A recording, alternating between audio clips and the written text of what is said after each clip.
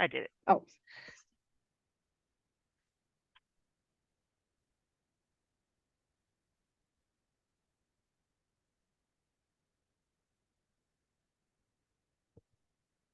Hi there. Hi, everyone. Oh, go ahead, Erin. Sorry.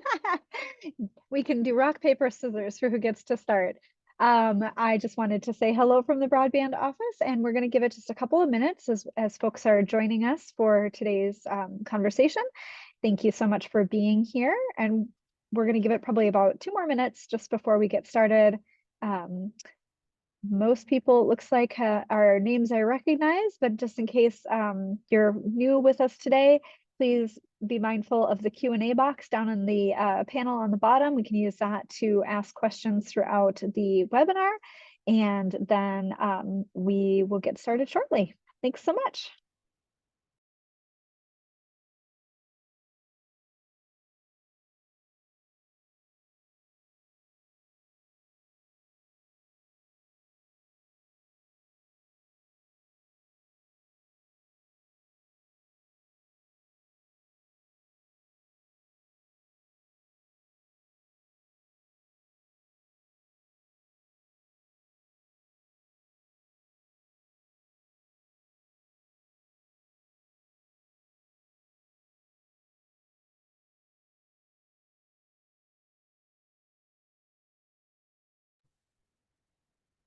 Hey, thanks again for joining us. We're going to give it another minute or so as folks are still joining our call. Thank you for being here. We'll be with you shortly.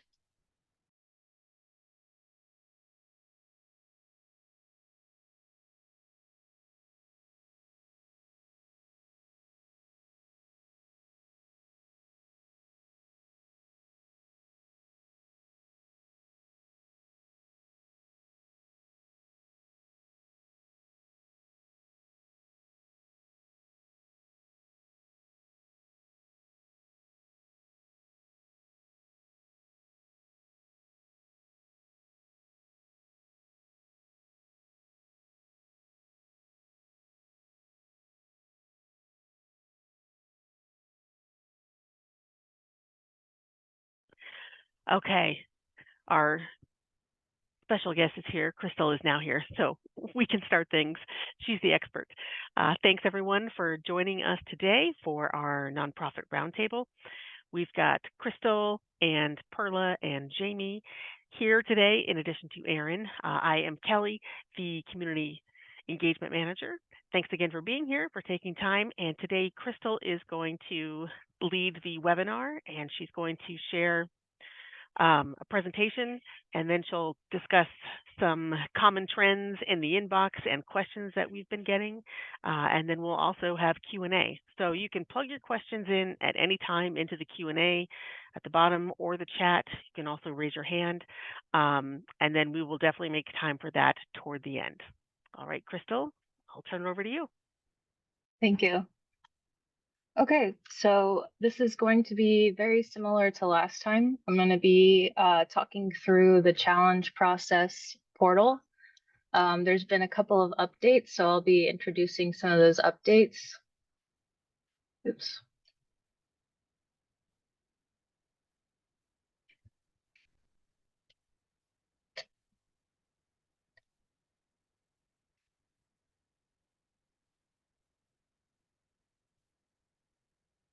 Here we go. Okay, so now everybody can see my screen. What I always tell everybody is first go to ACA's broadband page. So that's azcommerce.com/broadband. It'll take you to our home broadband page. From here, select BEAD on the left-hand side of the screen, and then challenge process. So this page contains all of the information relevant to the challenge process, or I should say Arizona's challenge process. There's also a link to the challenge process portal. So that's found right here. It says Arizona Challenge Process Portal. If you click that, it'll take you to the portal. So the direct link for that is az.broadbandnavigator.com. So when you first go to this page, it shows you the status of broadband in Arizona. The default shown right here is basically locations that receive 100 by 20 service or greater. So the 100 by 20, that's a special number for BEAD. Basically locations that do not receive speeds that are greater than or equal to 100 megabytes per second download and 20 megabytes per second upload are eligible for BEAD.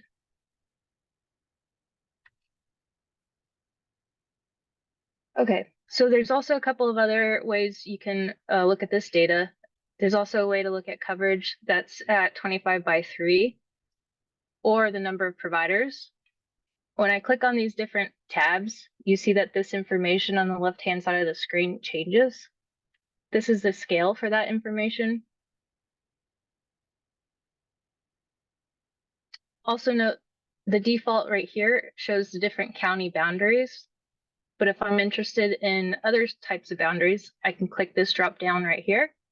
And then it also shows me other boundaries such as tribal boundaries, school boundaries, tracks, census tracts, and block group. So if I'm interested in looking at the tribal data, I can do so here. So I'm just going to go back to the default, which is counties. Notice there's also a little toggle here that lets you view specifically unserved or underserved locations. If I'm interested in knowing what other types of broadband funding are available, I can toggle this funding toggle right here, and it'll show me all the different types of broadband funding in the state of Arizona. So these are polygons shown on the map, and they're color coded. So pink is EACAM, TBCP is shown in purple, RDOF is shown in this light green. Something that our office has identified is an issue with the TBCP funding, that's the Tribal Broadband Connectivity Program. So if you see some inaccuracies with that funding, you're welcome to submit a challenge to our office, but just know we're trying to address this.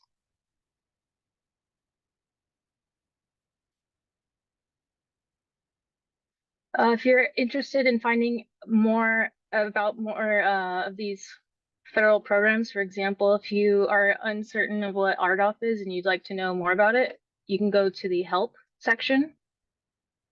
In here are information about these different funding layers. So if I'm interested in RDOF, I can click on that link and it'll take me to the FCC's page regarding RDOF.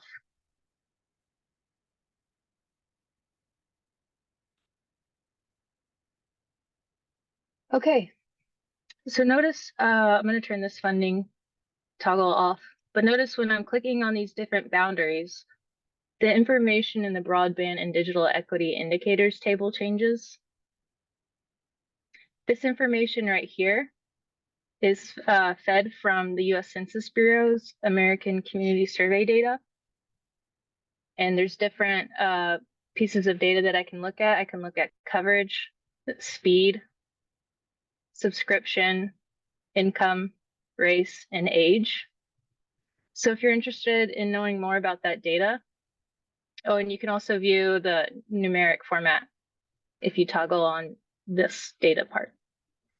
So like I was saying, if you're interested in knowing more about these data sets, that can be found in the About section, data information, and then it tells you exactly which tables were used from the American Community Survey data.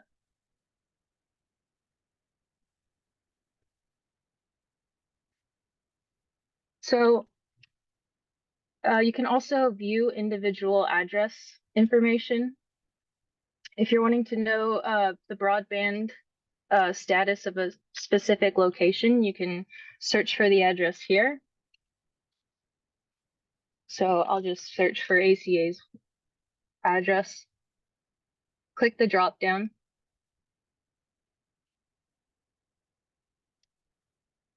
And then it'll take me to the location.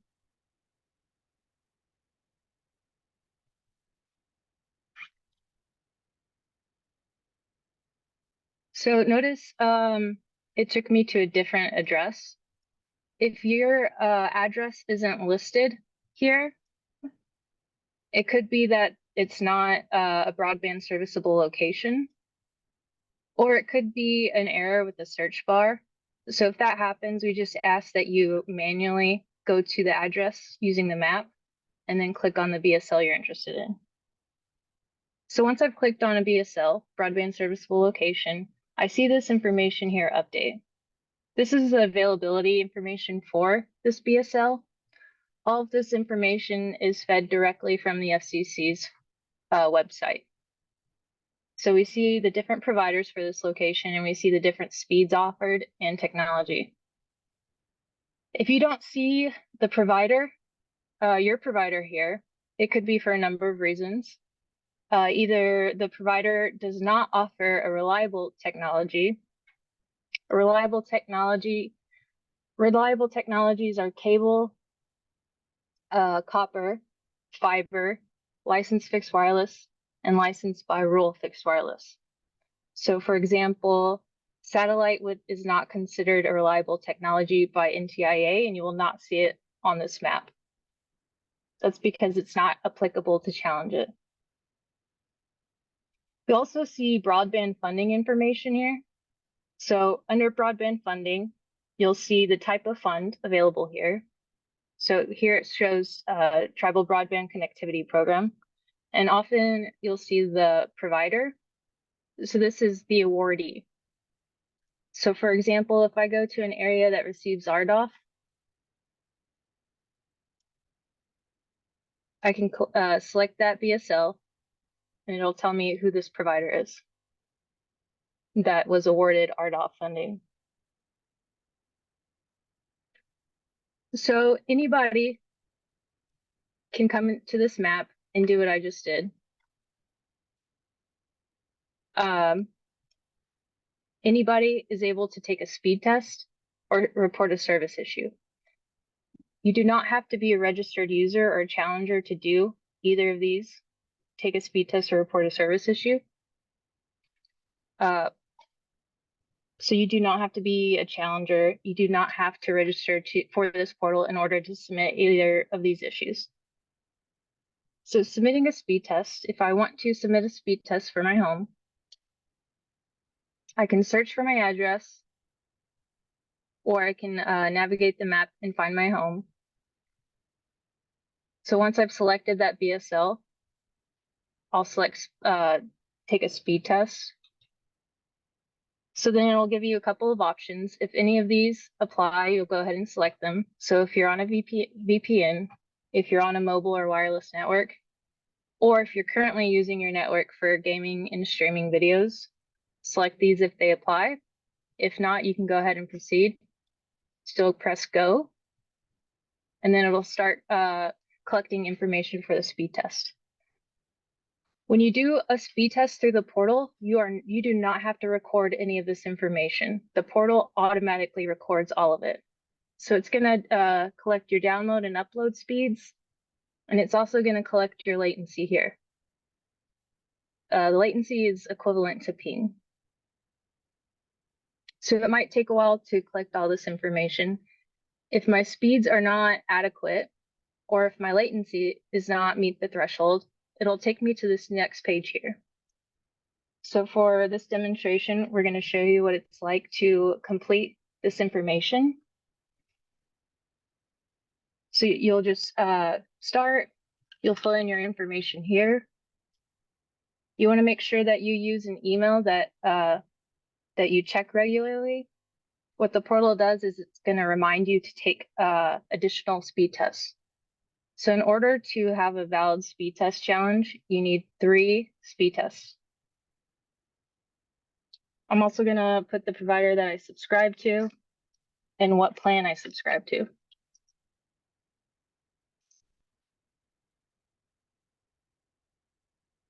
You'll also want to certify all of this information is correct. If so, you'll go ahead and check this box and then submit.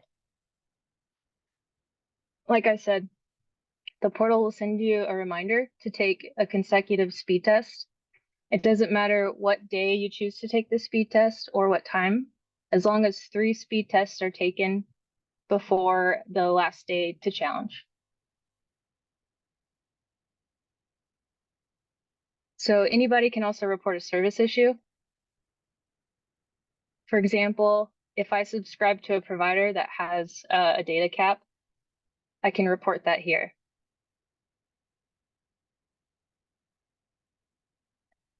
So I'll fill out all of this information. I want to certify all of this information is correct. And here it gives you the option to upload evidence. So what I could do is I could submit a screenshot of the subscribers, or excuse me, the ISP's webpage with information about that data cap. Or if you have the your ISP's app on your phone, you can take a screenshot there and send it to your computer. The evidence is really important because it supports your claim.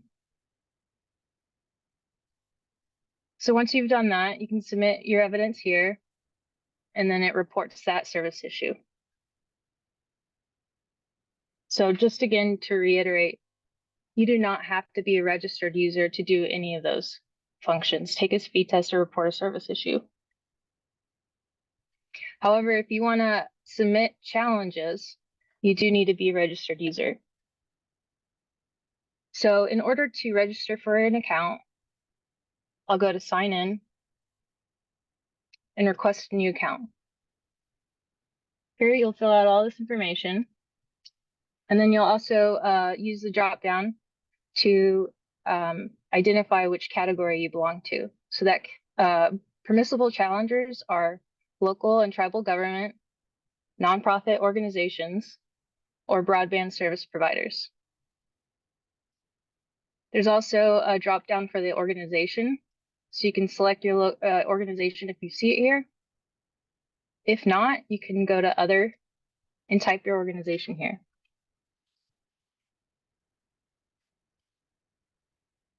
We'll also ask for a web page of your organization. And once you fill out all of this information, you can request an account. So once you request an account, the request goes to our office. We'll verify that you are a permissible challenger. That's why it's really important that you use the domain associated with your organization when inputting your email. This just helps our office verify that you are indeed associated with the organization. So once you sign up, you'll also get an email asking you to finish setting up your account. Once you're finished setting up your account, you can sign in. So to submit a challenge, you do need to be signed in and a registered user. So once you become a registered user and you sign in, to submit a challenge, all you have to do is click on your BSL that you're interested in challenging and select Submit a Challenge. Here you'll see the drop down for all the different types of challenges are available to you. It's really helpful if you also have the Approved Volume 1 handy when you're doing this. So to find the Approved Volume 1, you'll go back to the Arizona Commerce's page, azcommerce.com/broadband, then go to BEAD and challenge process. On this page are all the different files relevant to the challenge process. So right here under challenge files is the initial proposal, volume 1, approved by NTIA. So this document basically has detailed information about how the state is conducting the challenge process. And it also has detailed information about the types of challenges. So if I go to the challenge process section, I'll find detailed information about how we're conducting the challenge process. And I'll also find this table that says, specific examples for each of these challenges. So if I want to know what challenge is applicable to me, those are found in the description And then these are different types of evidence that can be provided. Just note that the types of evidence on this page is not limited, meaning you don't have to just submit the evidence on our table. There are numerous types of evidence that you can submit. It's not limited to what's on this table.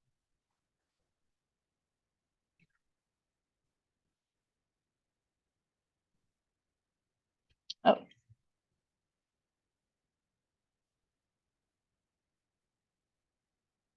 Sorry about that. So this is the approved volume 1. And the table with the challenge types is found here on page 19. So once you have the approved volume 1 handy, you can reference it for different types of examples and what these different types of challenges mean.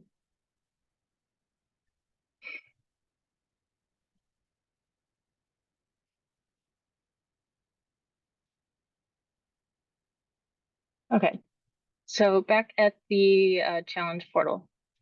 So now that I know what types of challenges there are and what types of evidence I can submit, I think I'm ready to challenge. So to submit a challenge, you'll go to submit a challenge. You'll find the challenge that's applicable to you. So for example, if there's a broadband provider, let's just pick on Cox, where they report that they provide this technology and speed here, but I happen to know that they don't. I can do an availability challenge. I'll make sure I want to include the provider that I'm challenging and the reason here. So for example, I called Cox and they told me that they did not provide service here, or I went to Cox's website and was denied service. I can select one of those reasons and then upload my evidence here. So this could be a screenshot of the provider's web page. It could be a phone transcript, anything that's going to support your claim. And once you're done, you'll submit.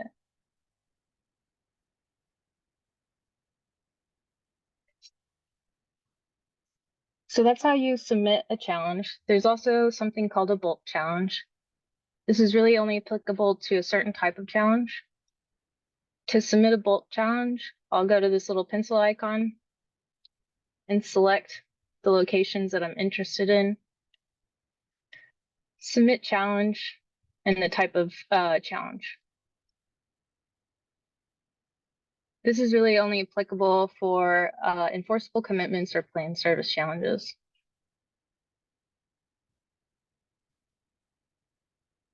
So once I submit a challenge, you'll see a little icon here flash up.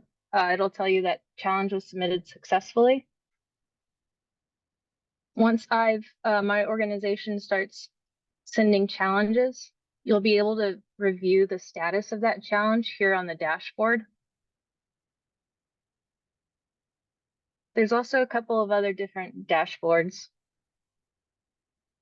A dashboard that was just recently added was the summary dashboard here. So this has the status of challenges in the entire state of Arizona.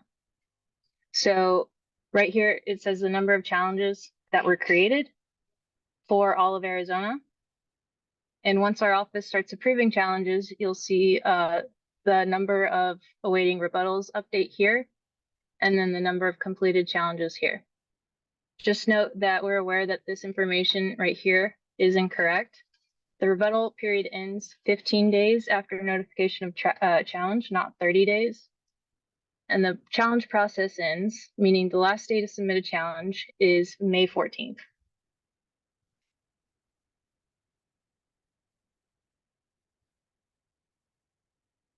There's also an open rebuttal dashboard. An open rebuttal is a rebuttal that basically can be rebutted by any challenger. It's usually only applicable to local government, tribal government, or nonprofits. So for example, if an internet service provider claims that they are planning to bring service to an area, the community could come here to the open rebuttal section and submit evidence rebuttaling that challenge. So before that happens, our office is going to do the due diligence of contacting each of those entities before we accept the challenge to give them plenty of time to rebuttal. We ask that these open rebuttals, that you don't rebuttal anything that's not applicable to you.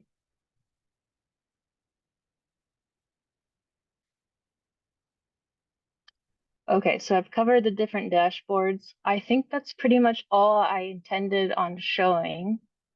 Do we have any questions?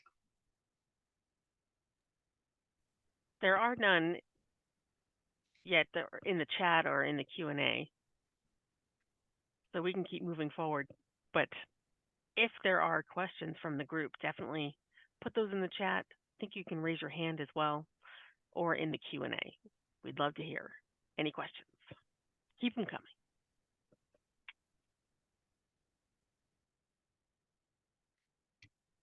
So another challenge available to permissible challengers, so nonprofits, local and tribal government or ISPs, are CAI challenges.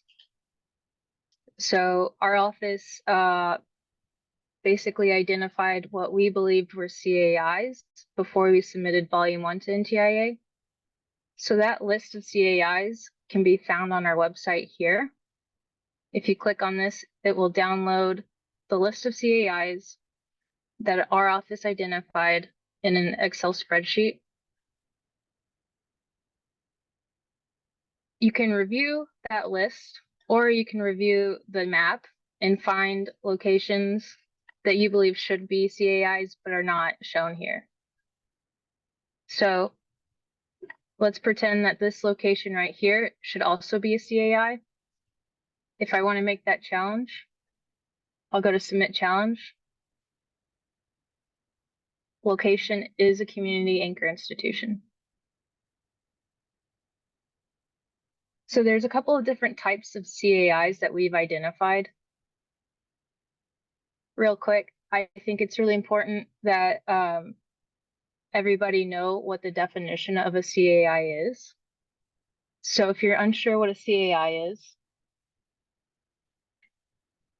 you can find that in our approved Volume 1.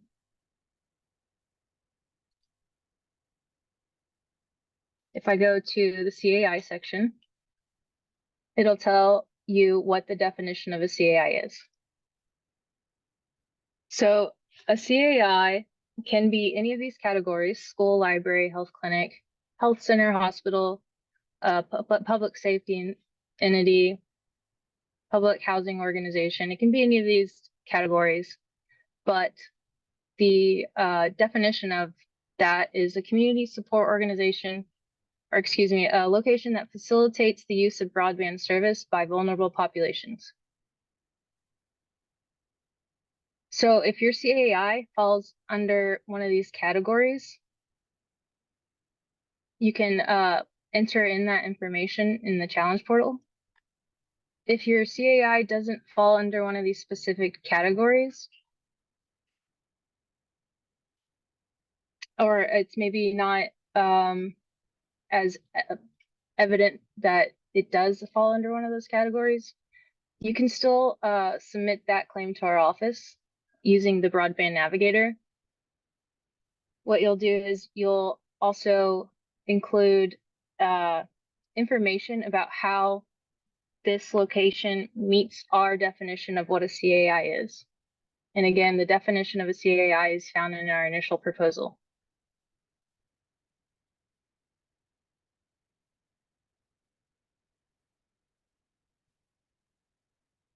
So going back here to the Challenge Navigator, I can select any of these if they apply.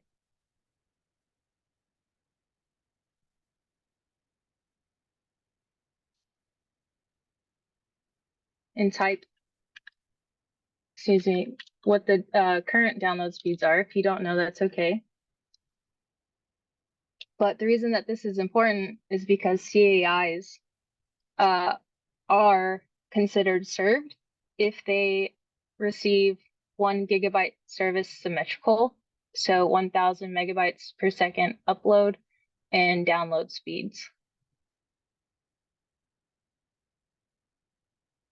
If it does not,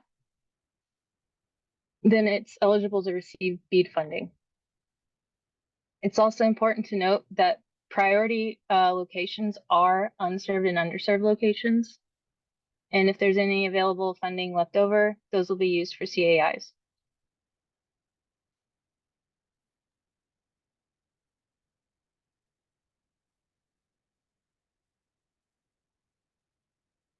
So I can keep going if there's still no questions.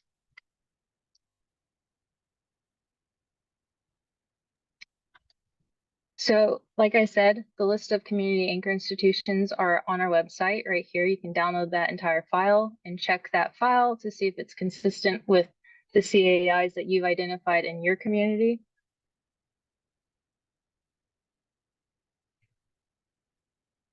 If there are missing CAIs, we've included NTIA's template here, which is the basic template that we use to submit information to NTIA. So you're welcome to download that if you want to. There's a couple of other helpful materials here. There is a couple one-pagers under challenge process informational materials. You're welcome to download these and distribute them as you like. So this has information on the importance of the challenge process, who can submit challenges, different types of challenges, and how to submit it. There's also a timeline here that's very important.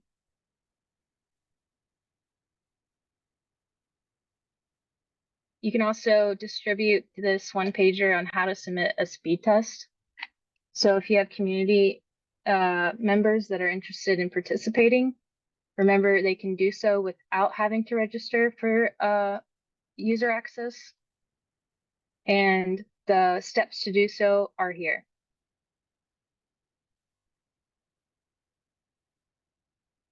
We also have a video. I see this was just added. So you can share this video, or you can watch it and share it. This walks you through how to submit a speed test through the website.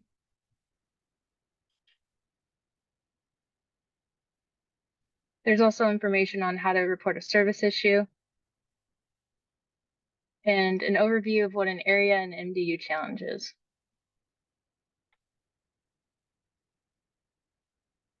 If you're unsure of what an area and MDU challenge are, you can find information on that in Volume 1, or you can use this one-pager here. So an MDU challenge is a challenge at a multi-dwelling unit. So that means there's multiple units at this location where at least 3 of the units or 10% of the units at that location submit a challenge.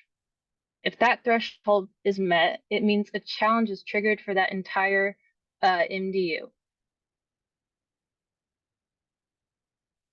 So this is really important for really large like apartment complexes that want to submit a challenge. So an area challenge, and you're not required to submit an area challenge separately. An area challenge is automatically triggered if 6 broadband serviceable locations within a census block group are challenged. So if you're interested in knowing what that looks like, you can go to the Broadband Navigator map. If I'm interested in knowing what the census block group scope is, I can go to this drop down and go to census block group. This outline right here is the census block group. So basically, if 6 or more BSLs are challenged that are challenging a single provider or a specific provider that uses a specific technology. So for example, we'll pick on Cox again. But if 6 BSLs have challenged Cox, this particular technology and speed, then it triggers a challenge for this entire census block group. So every single BSL within this census block group are challenged only using the evidence provided for those 6 BSLs. So this takes the weight off of challengers and sort of puts the weight on the internet service provider to prove that they provide service here that they're claiming to. So once an area challenge is triggered, the internet service provider is given a random 10% sampling that they must provide evidence for. And again, this really puts the weight back on the internet service provider instead of this community having to collect evidence for 100 broadband serviceable locations. So that's what an area challenge is. Area challenges are also only limited to specific challenge types. So that's going to be if you're doing an availability challenge, a speed challenge or latency challenge, or a technology challenge.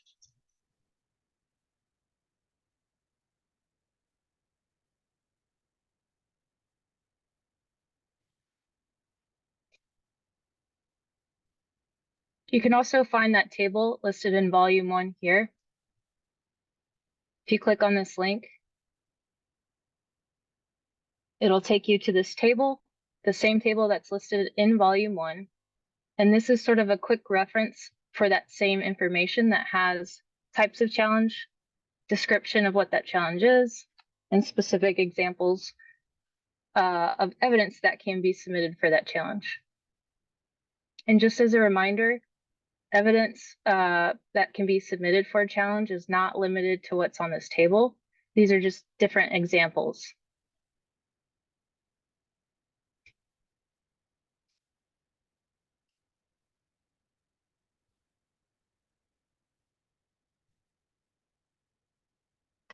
So if you're interested in knowing more about the challenge process, like I said, you can navigate to the AZ Commerce's website, azcommerce.com/broadband. Find BEAD, this top link here, and then challenge process. All of these materials that I've covered can be found on this website here. If you are struggling to navigate the portal, you can download this user guide.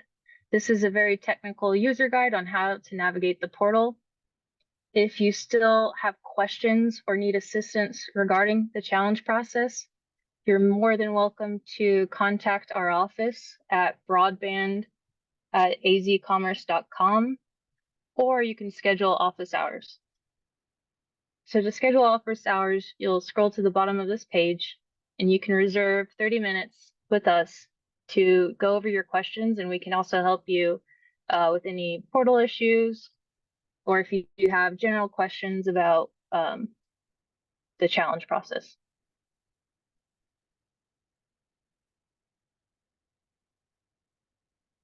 Okay, perfect. Erin just shared the email. Thank you.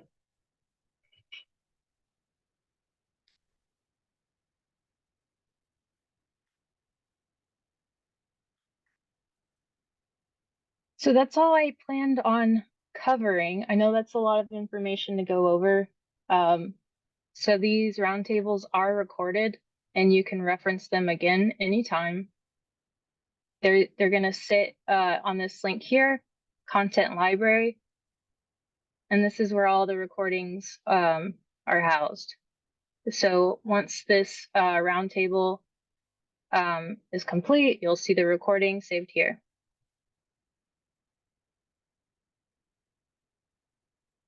You can also stay in the loop about upcoming webinars here.